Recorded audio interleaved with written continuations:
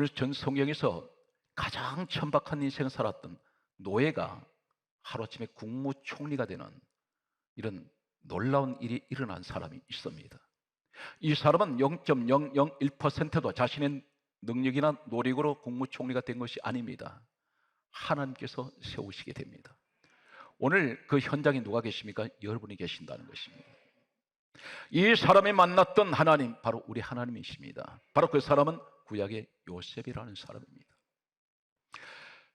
요셉은 17세 때에 노예로 팔려서 애굽이라는 나라로 팔려갔습니다. 애굽은 언어가 다릅니다. 이 사람은 애굽 언어를 모릅니다. 애굽의 지형도 모릅니다. 지리를 아무것도 모릅니다. 노예로 팔려갔습니다. 어린 나이 17세 때에. 이곳은 이 사람은 애굽이라는 거대한 나라의 문화도 모릅니다. 아무것도 모릅니다. 그런데 나이 30세가 되었을 때에 감옥에 있던 이 사람이 다른 사람들 통해서 꿈을 꾸게 하신 하나님, 요셉을 위해서 사람들을 동원하시는데 그 사람들 꿈을 꾸게 합니다. 해몽은 요셉이 해주었습니다. 이 일로 인해서 전격 국무총리로 발탁이 됩니다. 우리의 상식으로는 이해가 되지 않습니다. 우리는 겨우 나 자신을 내가 볼 때 작은 틀 안에서만 나를 보고 있습니다. 그런데 하나님은 내 생각 밖에서 일을 하고 계시고 준비하고 계시고 계획을 하신다는 사실입니다. 하나님께서 시작도 하나님이 하시고 마무리도 하나님이 하십니다. 이 사람이 국무총리가 되었을 때 이름이 달라집니다. 요셉이라는 이름은 창세기 41장 45절에 보면 사보낫 바네아 이렇게 기록되어 있습니다. 구약은 히브리어로 원문이 되어 있습니다. 신약은 헬라어 원문인데, 그런데 히브리어 원문이 아닌 애굽어로 보게 되면 사보낫 바네아, 이 애굽어로 우리 번역을 하면 하나님께서 말씀하시며 하나님께서 살아계신다, 이 말이 사보낫 바네아입니다. 이 말의 의미는 어떤 것입니까? 우리 하나님이 말씀하신 대로 우리 하나님은 살아계셔서 나를 이 자리에 세우셨습니다. 사보낫 바네아. 이 사람이 국무총리가 될 때 하나님께서는 대단히 상세하게 자세하게 어떤 과정을 통해서 국무총리가 된 이 배경을 설명하고 계십니다. 우리가 생각할 때 단순하게 이사야 34장 16절은 성경에 이렇게 강조하고 있습니다. 우리가 가지고 있는 이 성경은 하나님께서 말씀하셔서 기록하게 하셨습니다. 그런데 단순하게 국무총리 된 이 사실을 말씀한다면 요셉이 노예로 있다가 국무총리가 되었다 이렇게 하면 간단합니다. 그런데 그렇지가 않습니다. 성경 말씀은 국무총리가 될 때 어떤 시기에 어떤 배경을 가지고 있는지 성경에 이렇게 기록하고 있습니다. 창세기 41장 47절 말씀을 보면 이렇게 기록하고 있습니다.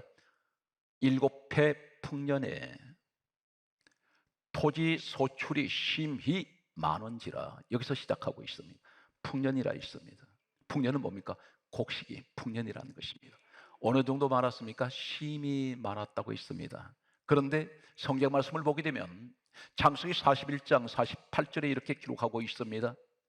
각 성에 곡물을 저장하고 이렇게 기록합니다. 그런데 한글 성경에는 저장으로 되어 있는데 원문을 보게 되면 저장이란 말과 저축이란 말이 같이 기록되어 있습니다.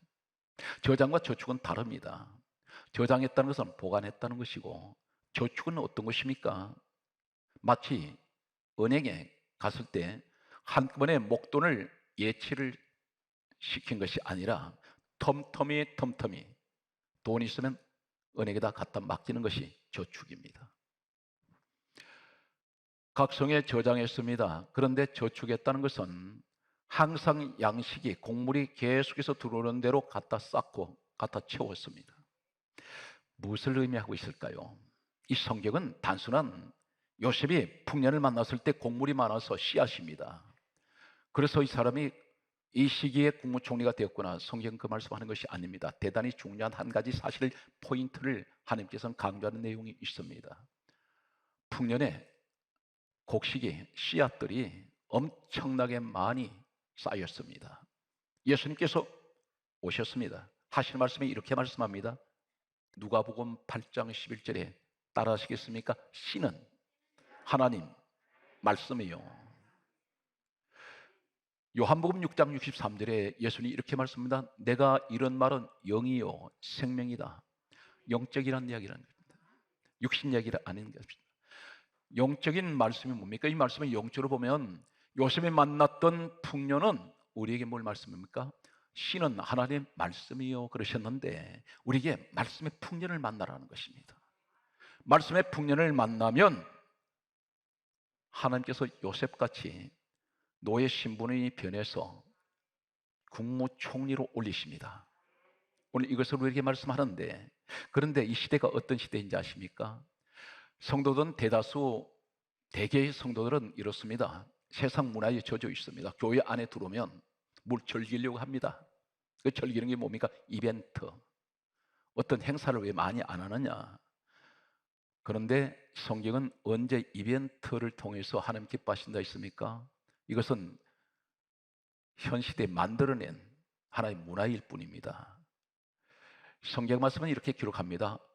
우리가 귀담아 꼭 들으셔야 될 말씀이 있습니다. 아모스 8장 11절에 하나님께서 이렇게 말씀합니다. 주 여호와의 말씀이라. 이 말씀이 뭐냐면 그건 사람의 말이 아니다는 것입니다. 주 여호와의 말씀이니라. 보라 날이 이를지라. 그 보라 날이 이를지가 언제입니까? 마지막 때가 오면 이런 징조가 일어난다. 교회 안에 이런 현상이 일어나는데 내가 기근을 땅에 보내리니, 기근을 보낸다 했습니다.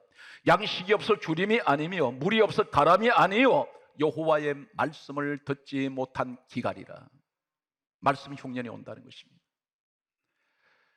지금 시대는, 교회는 정작 하나님 말씀은 사라지고 있습니다. 대신에 세상 이야기로 채워집니다. 간증을 들어보면 전부 자신을 기준하고 있습니다. 자신이 화려하게 살았습니다. 나는 이렇게 살았습니다. 이러한 것이 간증이 아닙니다. 내가 예수를 만났고 그리고 나는 어떤 모습으로 변화되었으며 나는 어떻게 살아가고 있느냐, 이것이 진정한 간증이라는 것입니다. 그런데 오늘 마지막 때가 오면 반드시 말씀 기갈이 온다는 것입니다. 사랑하는 성도 여러분, 여러분이 교회 생활에서 최고의 축복이 뭔지 아십니까? 하나님 말씀 풍년 만난 것입니다. 이 말씀이 나를 살립니다. 오늘 성경 말씀은 이렇게 기록하고 있습니다. 이 사람이 국무총리가 되었을 때에 자식 축복을 받는데 우리 성도가 말씀 풍년을 만났을 때 자녀의 축복이 옵니다. 이 말씀은 창세기 41장 50절에 보게 되면 흉년이 들기 전에 두 아들을 요셉이 낳았다고 기록합니다. 흉년이 들기 전에, 이 말은 풍년이 계속될 때, 오늘 영적으로 말씀드리면 말씀 풍년이 계속될 때에, 오늘 그런데 중요한 것은 이 곡식을 저장하고 저축을 했습니다. 그런데 우리는 저장하지도 않고 저축도 하지 않습니다. 일주일에 한 번 말씀을 듣고 이건 저장이 안 됩니다. 저축은 계속해서 쌓아야 되는데, 계속 채워야 되는데, 어디에? 내 심령 창고에, 내 마음에. 예수님께서 주기도를 말씀하셨습니다. 너희는 이렇게 기도하라 그러셨는데 어떻게 기도합니까? 기도 내용 가운데 우리에게 일용할 양식을 주옵시고, 이 말씀을 가르쳐서 어떤 사람은 육신의 배 채우라는 얘기가 그거 아닙니다. 예수님이 이 땅에 오셔서 단 한 번도 육신의 축복을 얘기하지 없습니다. 하늘나라의 영혼의 복을 말씀하셨습니다. 이것은 일용할 양식을 주옵시고, 이 말씀이 무슨 말씀이냐면 매일같이 우리에게 하나님의 말씀의 영혼의 양식을 채우라는 것입니다. 이게 저축하라는 것입니다. 계속 저축하면서 저장하라는 것입니다. 올림픽에 나가는 국가대표 선수가 한꺼번에 몇 시간씩 훈련했다 해서 그걸로 끝납니까? 아닙니다. 2, 3년, 4년 동안 밤낮 없이 똑같은 훈련을 반복합니다. 이것이 뭡니까? 그러면서 이 사람들은 국가대표가 선수가 됩니다. 우리에게 뭘 말씀합니까? 똑같은 예배지만 계속해서 하는 말씀을 듣고 심령에 채워질 때에 이것은 말씀 풍년을 이루게 된다는 것입니다. 요셉이 풍년이 들었을 때 창세기 41장 50절에 흉년이 들기 전에 두 아들을 낳았는데 풍년이 왔을 때 어떤 일이 일어납니까? 창세기 41장 51절에 보면 첫째 아들이 태어났는데 므낫세입니다. 므낫세가 태어났을 때 이 요셉에 비해서 이렇게 고백합니다. 하나님께서, 누가 그러셨습니까? 하나님께서 나의 모든 고난입니다. 모든 고난과 아버지의 온 집 일을 잊어버리게 하셨다 하며 고난이 다 지나갔다는 것입니다. 언제? 말씀 풍년 만날 때. 여러분, 말씀으로 꽉 채워지면 고난은 지나가 버립니다. 지난 날의 고난이 기억이 나질 않습니다. 오늘 성경 말씀은 또 이렇게 기록하고 있습니다. 둘째 아들을 낳았습니다. 창세기 41장 성경 말씀이 보게 되면 52절 말씀은 이렇게 기록합니다. 에브라임이 태어났는데 하나님께서 내가 수고한 땅에서 번성하게 하리로다. 하나님께서 누가 그렇게 만듭니까? 하나님께서. 언제? 말씀 풍년 만날 때. 이 요셉은 풍년을 통해서 자식 받고 모든 고난은 지나가고 자신이 수고한 땅에서 하나님이 다 번성하게 하신다는 오늘 이 말씀이 이 현장에 주어지기 바랍니다. 오늘 성경 말씀은 이렇게 강조하고 있습니다. 이 사람은 5가지를 대표적으로 풍년이 왔을 때 국무총리가 되면서 받은 축복을 보게 되면 노예로 잠시 전까지 감옥에 있다가 나온 이 사람들에게 짓밟히고 업신여김 당하고 늘 두들겨 맞고 살았던 이 사람이 하루아침에 어떻게 달라집니까? 국무총리가 될 때 성경 말씀은 이 사실에 관해서 다음과 같이 말씀하고 있습니다. 창세기 41장 40절의 말씀을 보게 되면 모든 환경을 다스리는 자가 되었습니다. 사람을 다스립니다. 재물도 다스립니다. 순식간에 다스림 받던 자가 다스립니다. 통치하기 시작합니다. 이것이 언제 주어졌습니까? 성경은 강조하기를 요셉이 능력이 많아서 그렇다 말씀하지 않습니다. 풍년이 왔을 때 우리에게 말씀합니다. 말씀의 풍년을 만나라. 씨는 하나님 말씀이라 했습니다. 오늘 성경 말씀은 이렇게 강조하고 있습니다. 창세기 41장 57절에 보면 각국의 백성들이 요셉에게로 모여들었습니다. 사람들이 구름대처럼 요셉으로 모여듭니다. 언제? 풍년을 만나면. 오늘 말씀 풍년 만난 우리 성도의 사업장, 직장, 사람들이 구름대처럼 모여드시기 바랍니다. 늘 말씀으로 꽉 채워지는 사람들, 말씀을 계속해서 저장하고 또 저장하는 사람들. 오늘 성경 말씀은 계속해서 우리에게 다음 같은 말씀을 하고 있습니다. 창세기 50장 19절에 뭐라고 말씀하십니까? 사람들이 두려워합니다. 그전에는 한 번도 요셉을 두려워한 적 없습니다. 노예이기 때문에, 죄수이기 때문에. 그런데 모든 사람이 두려워합니다. 이 사람은 함부로 대하지 못합니다. 오늘 여러분 말씀 있는 곳에 누가 있습니까? 요한복음 1장 1절에 말씀은 하나님이요, 말씀 있는 곳에 하나님이 계세요. 사도행전 10장 44절에 성령께서는 말씀 듣는 사람에게 내려오십니다. 말씀 있는 곳에 성령님이 함께 하십니다. 그래서 내 마음의 심령 창고에 하나님 말씀으로 이 시간 가득하게 채워지는 풍년이 되게 하여 주옵소서. 오늘 성경 말씀은 계속해서 이렇게 기록하고 있습니다. 창세기 50장 22절 말씀을 보게 되면 이 사람은 장수의 복을 받습니다. 이 풍년으로 시작된 이 사건은 80년 동안 성경은 창세기 41장에서 50장 창세기 마지막 장까지 요셉의 모든 일생을 돌아보면 고난이란 단어가 하나도 나오지 않습니다. 이 사람 고난당하지 않습니다. 그때부터 30세까지만 그런 파란만장한 고난의 시간들이었습니다. 그런데 나머지 80세까지는 이 사람은 80년 동안 그에게는 다시는 고난이 오지 않습니다. 성경 말씀은 이렇게 기록합니다. 창세기 50장 22절에 110세까지 살았습니다. 장수의 복을 누립니다. 풍년을 만났던 이 사람 인생은 달라집니다.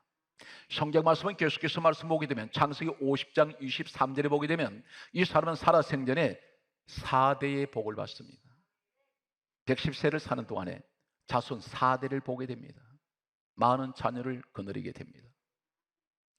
오늘 살아온 성도 여러분, 힘들고 어려우신 시대를 살아가시면서 때는 지쳐버립니다.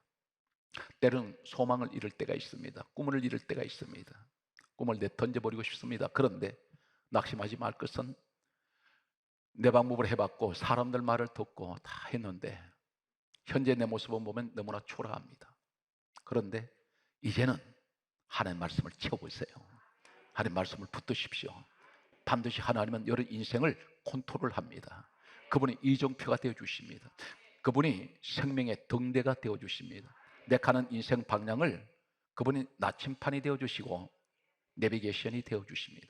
내 방향을 일일이 다 체크하시고 나를 인도하실 것을 저는 확신합니다. 오늘 성경 말씀을 보게 되면 이렇게 기록합니다. 그러므로 우리가 지금 뭐라고 말씀합니까? 시편 119편 50절에 말씀합니다. 이 말씀은 내 고난 중에 위로라. 주의 말씀이 나를 살리셨나이다.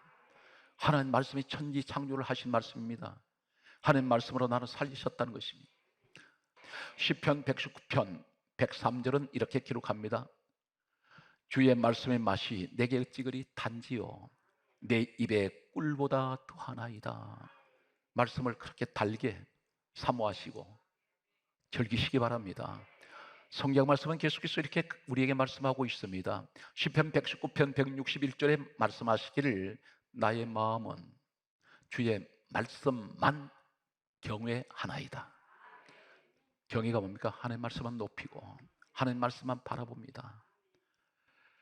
오늘 성경 말씀은 우리에게 다음과 같은 말씀을 하고 있습니다. 그러므로 잠언 13장 13절에 말씀하고 있습니다. 말씀을 멸시하는 자는 패망을 이룬다 있습니다. 패망이 뭡니까? 패가 망신당해 버립니다. 말씀을 무시할 때. 오늘 성경 말씀은 그러므로 에스겔 37장 4절은 말씀하시기를 하나님께서 에스겔이라는 사람을 어떤 골짜기로 데려가십니다. 성령 하나님께서 하나님의 영이 이 에스겔을 데려가시더니 골짜기에 데려다 놓았는데 뼈들이 산더미를 이루고 있습니다. 아주 말랐더라 이렇게 기록합니다. 그런데 하나님께서 뭐라 말씀합니까? 에스겔에게 하신 말씀이 인자야 너는 이 마른 뼈들을 향하여 하나님 말씀을 대언하라 그러셨습니다. 에스겔이 대언이란 말이 무슨 말입니까? 너 생각대로 말하지 말고 내가 하라는 말을 하라는 것입니다. 이것이 대언입니다. 성경 말씀입니다. 그런데 에스겔이 하나님의 말씀을 대언할 때 뼈들이 이 뼈 저 뼈가 움직이면서 제자리를 찾아가고 살아 일어나는데 큰 군대를 이룹니다. 뼈다귀가 살아나 버렸습니다. 사람 손으로는 지금 내 마음이 마른 뼈 아닙니까? 바싹 말랐습니다. 은혜가 말랐습니다. 감사도 말랐습니다. 기쁨도 말랐습니다. 행복은 마른 지가 오래되었습니다. 오늘 성경 말씀은 그러므로 우리에게 이렇게 말씀합니다. 예수님께서 친히 말씀하시기를 마태복음 8장 16절에 예수님 말씀으로 귀신을 쫓아내셨습니다. 성경 말씀은 이렇게 예수님 또 가르쳐 주십니다. 누가복음 8장 12절에 하시는 말씀이 우리가 말씀을 들었을 때에 대단히 충격적인 말씀입니다. 말씀을 들었을 때에 마귀가 그 사람에게 가서 말씀 들은 사람한테 가서 믿어 구원을 얻지 못하게 하려고 말씀을 마음에서 뺏어버린다 있습니다.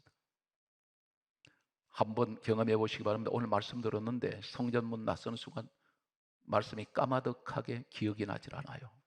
대개가 그렇습니다. 왜 그렇습니까? 영적으로 보면 이미 마귀가 말씀을 가로채 버렸습니다.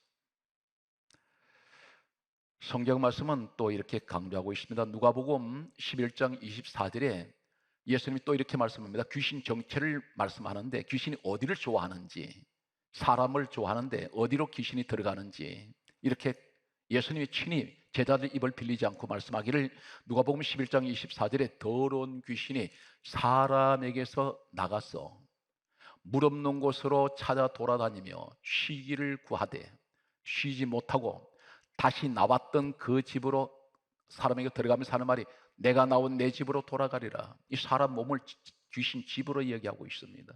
그런데 귀신이 나왔는데 어디로 돌아다닙니까? 물 없는 곳으로, 황무지, 메말라버린 곳, 흉년이 든 땅, 풍년이 든 땅에는 들어오지 않습니다. 그런데 심령이 바싹 메말랐을 때에 이 귀신은 들어갑니다. 제가 한번 연합 집회를 갔는데 목사님들이 한 10여 명이 같이 안수를 했습니다. 그런데 그곳에 심한 귀신이 들린 한 어린아이가 와 있었습니다. 이 귀신을 내쫓는 목사님 한 분이 안수를 하시면서 잠시 후에 하신 말씀이 뭐라 했냐면 귀신이 나갔다 그랬습니다. 그래서 제가 가까이 가서 봤더니 이 아이가 축 늘어져 있어요. 꼭 꿈쩍도 하지 않았습니다. 발광하던 아이가. 그런데 목사님, 귀신 나갔습니까? 그랬더니 나갔습니다 그래요. 내가 보니까 안 나갔습니다 그랬더니 아까 이렇게 떠들던 아이가 지금 조용하지 않습니까? 그러길래 이 아이가 지금 귀신이 언제 나갔다고 얘기했습니까? 그랬더니 귀신한테 나가라 했더니 나갔게 했다는 것입니다. 그래서 안 나갔습니다 했더니 아니나 다를까 한 12분 지났더니 발광하기 시작해요. 귀신이 사람 몸속에 들어가면 처음에는 가만히 있습니다. 쥐 죽은 듯이. 어느 단계가 되면 정체를 드러냅니다. 제가 지하 교회를 수지에서 하고 있을 때에 안수 집사 되시는 분이 한 분 계셨습니다. 60대 정도 초반이었는데 굉장히 체구가 좋으세요. 배도 많이 이렇게 부르시고 했는데 이분이 쓰러지셔서 분당의 한 병원으로 응급실로 실려갔습니다. 제가 그때 신방을 성도들과 같이 갔는데 이분이 누워 계신데도 배가 굉장히 이렇게 산더미 같이 이렇게 불러요. 그런데 배에다 손을 얹었더니 갑자기 뱃속에서 꿈틀꿈틀했습니다. 우리 집사님이 깜짝 놀랐습니다. 손을 얹은 자리에서 이쪽으로 피해요. 뭐가 꿈틀거리면서. 이쪽에 손을 얹었더니 이쪽으로 또 피해요. 이 속에 뭐가 있는 겁니다. 이 집이 굉장히 우상을 섬겼던 집안인데 아직도 이 사람은 교회는 다니지만 부인한테 끌려오다시피 교회는 다니지만 때가 되면 꼭 가서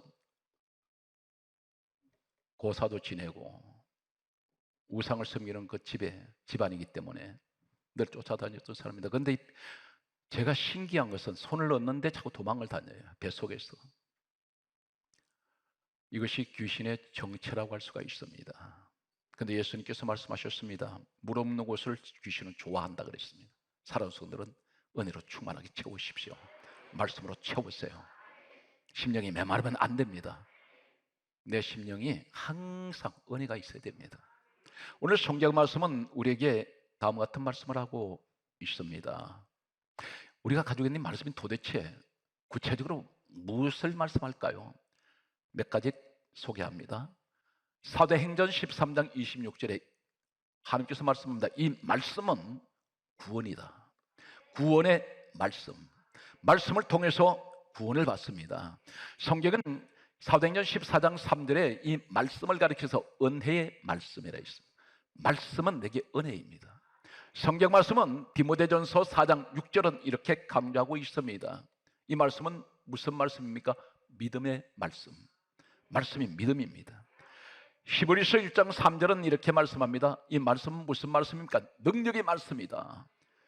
능력의 말씀이 뭡니까? 말씀을 통해서 천지를 창조하신 하나님께서 말씀을 들을 때 죽은 나사로를 무덤 밖에서 주님이 나사로야 일어나 나오라 말씀하실 때 살아나와 버립니다.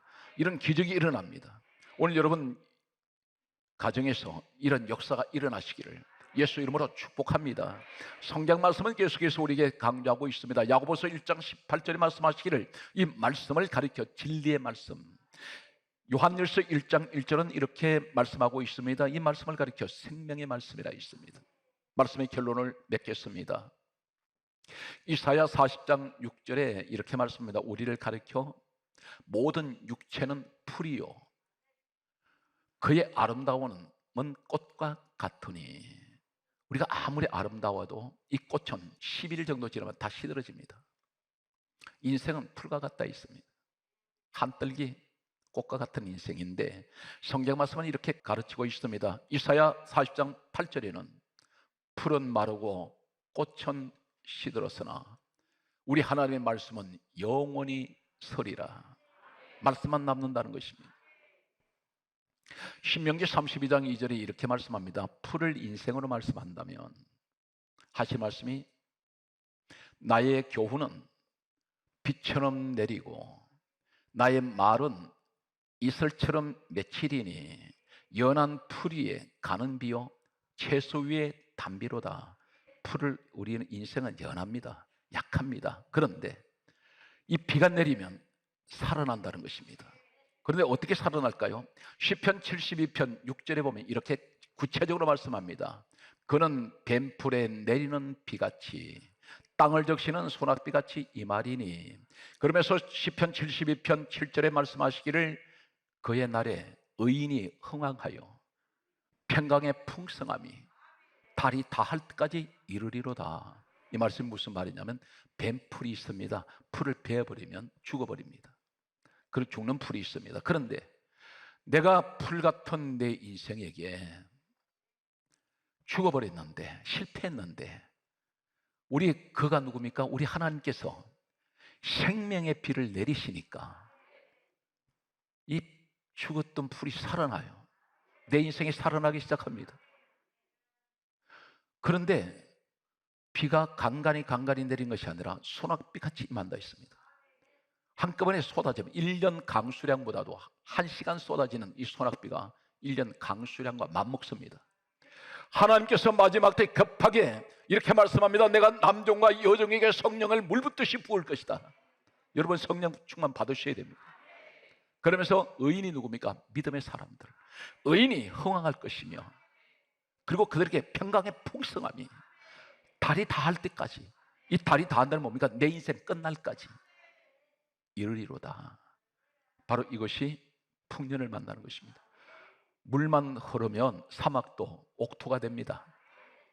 물이 없으면 황무지가 됩니다. 오늘 내게 이 축복의 풍년을 가져오는 축복의 비가 주여 간절히 원합니다. 요셉의 축복이 내게 있게 하여 주시옵소서.